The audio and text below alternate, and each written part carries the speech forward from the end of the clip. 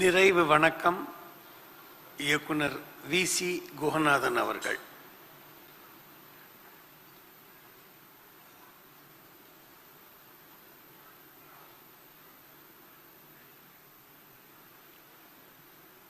யரவா புகழ் பெற்ற ஏவிஎம் சரவணன் அவர்களை இங்கு வந்து அவருக்கு புகழ் வணக்கம் செலுத்தி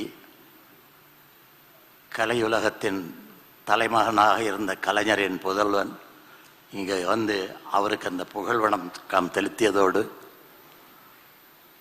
அவரோடு பழகிய நாட்கள் எல்லாவற்றையும் எடுத்து சொன்னார்.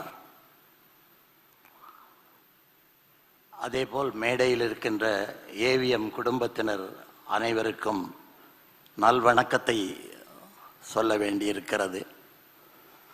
இந்த இடத்தில் அண்ணா சொன்ன ஒரு வார்த்தையை மட்டும் நான் சொல்ல விரும்புகிறேன்.